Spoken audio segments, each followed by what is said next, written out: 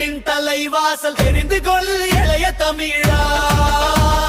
சுட்டு விரல் நீ சுருங்குவதா, உன் சுயபலம் உனக்குள் ஒடுங்குவதா?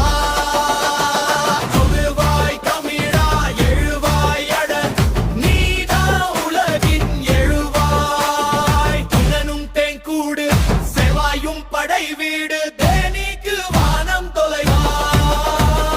புதுமைகள் செய்த தேசம் இது, பூமியின் கிழக்கு வாசல் இது.